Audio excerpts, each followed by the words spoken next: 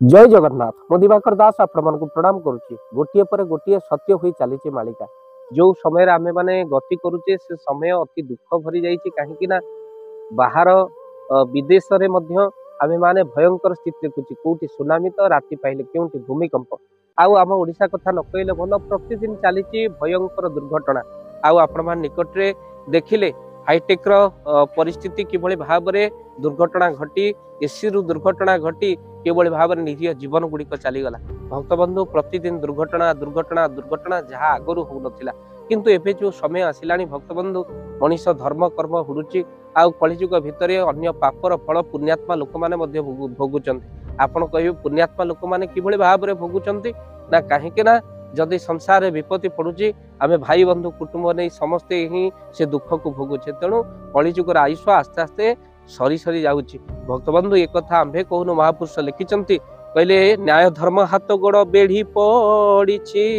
नाना विपत्ति देश को माड़ी जे आसुची कहले न्याय धर्म हाथ रे बेढ़ी पड़ीची भक्तबंधु कलिजुग भितर आपण गोटे कथा शुणिथिबे आईन समस्त समान ए कथा समस्ते शुणिथिबे ए कथा केवल कहिबारे अछि किंतु कार्य रे केबे भी पालन हो नहीं बड़ लोकिया पे अलग आईन गरीब पे अलग आईन ए कथा समस्ते जानि सारलेनी भक्तबंधु खाली न्याय धर्म हाथ रे बेढ़ी पड़ीची जहाँ पाखरे टंका अछि सब किछि अछि बोली आजिकल लोक कहते कहीं भागवत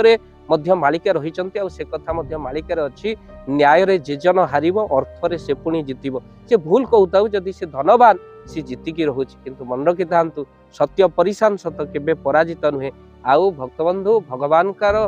ये संसार प्रभु को संसार कहा जाए भगवान को विचार डेर है लेकिन अंधेरे नहीं अर्थात दिना दिने दुष्ट तार निश्चिंत दंड पाइब दोषी से दंड पाइब एठी न पाऊ किंतु प्रभु को दरबार विचार हम ठकी दे पार राज दरबार एबे ठकी दे पार कोर्ट कचेरी रे ठकी न पार के विभु दरबार प्रभु को दरबार रे केही ठकी पारिबेनी भक्त विश्वास रही जे अन्याय करुची अधर्म करुची से निश्चिंत दंड पाइब कहीं अन्याय अत्यय बढ़ी जाउची बेली ए कलिजुगर समापन होची महापुरुष पुनश्च लिखिचंती कहले अत्यधिक जेतबेले बढ़ुची पापर भारा सेतबेले पृथ्वी भारसाम्य हरउची ए कथा मु कहूनी महापुरुष कहउचंती कहले अति दान देई बळी हत जे होइला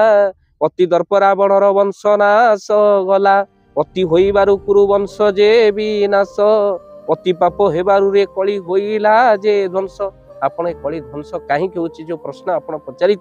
सब अति मात्रा रे होची आज केही काहाको मान्यवृत्ति नहीं गुरुजन प्रति आमर सम्मान नहीं गुरुजन मानकर सान प्रति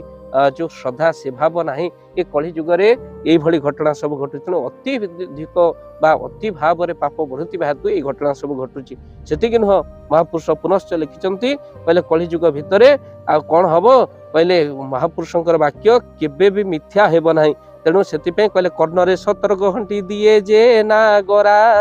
बेल निकट हेलाणी अबलो करा अच्युत हाड़िया गार आन जे नोहिब 7 दिन 7 राति अंधार जे हेब श्रीक्षेत्र रे धाम हणा कटा चाली थिब 22 पावचे रक्त ढेउ जे छुटिब श्रीक्षेत्र धाम रे हणा कटा भक्त बंधु चलिब पुणी 22 पावचे रक्तर छिटा पड़िब माने रक्तर ढेउ खेलिब बोली महापुरुष लिखिछन भक्त बंधु एक कथा आमे कहूनु श्रीक्षेत्र धाम रे हणाकुटा कथा महापुरुष अनेक जगह लिखिं जशवंत दास मालिकार लिखिं किंतु आज अच्युत कहते श्रीक्षेत्र धाम रे हणाकटा चली 22 पावचे रक्त ढेउ जे छुटिब आउ पुनश्च महापुरुष कहले कहले आगुकू कौन हम कहले तुरुकिया शिण महागोल जे करिब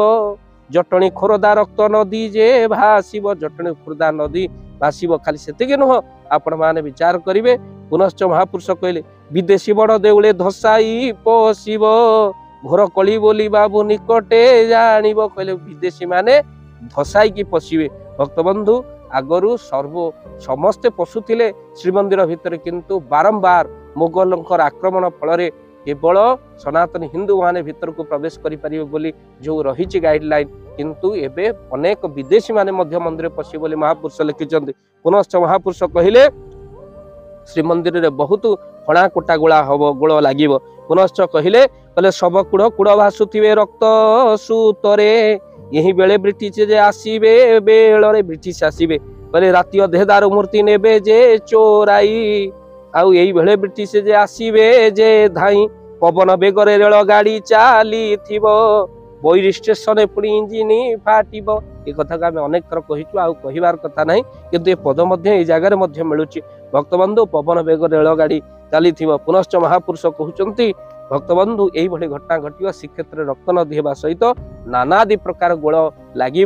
22 पावचरे रक्तर सुओ छुटिवा सहित पुनश्च महापुरुष कहते अणाकटा श्रीक्षेत्र चलो यह केते सत केते मिछ समय कहब कि मालिकार जहाँ लिखाई आम आपण आगे रखिलु समय कहब बेल आगु सतर्क रुहतु सावधान रुहतु महाप्रभु को विश्वास कर दुख दिन जाहु एवं तो चारिआडे राजनीति राजनीति भोट बैंक हणाकटा नानादि प्रकार कथा आपण मैंने राति पाहिले शुणुंट कि कहबार केतबेले कहा मुंड गड़ब महापुरुष को ठार गारे लिखिं सावधान रुहतु सतर्क रुहतु इष्ट स्मरण करी दिन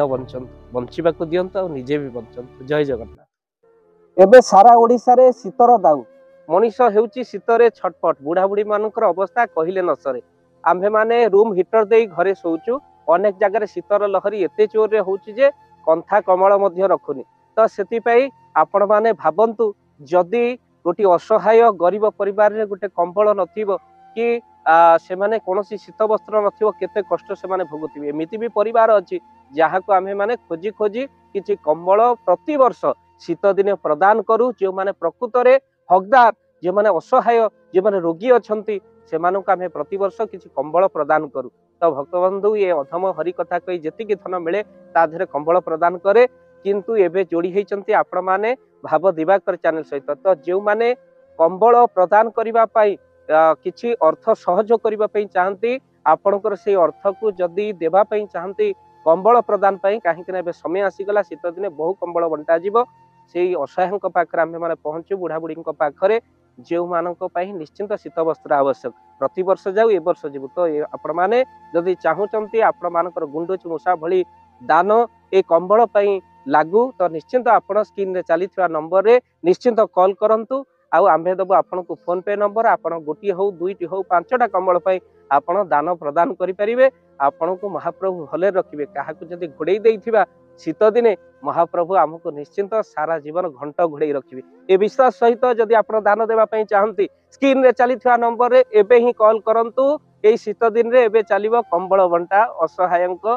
प्रति या आपन को सहयोग जय जगन्नाथ।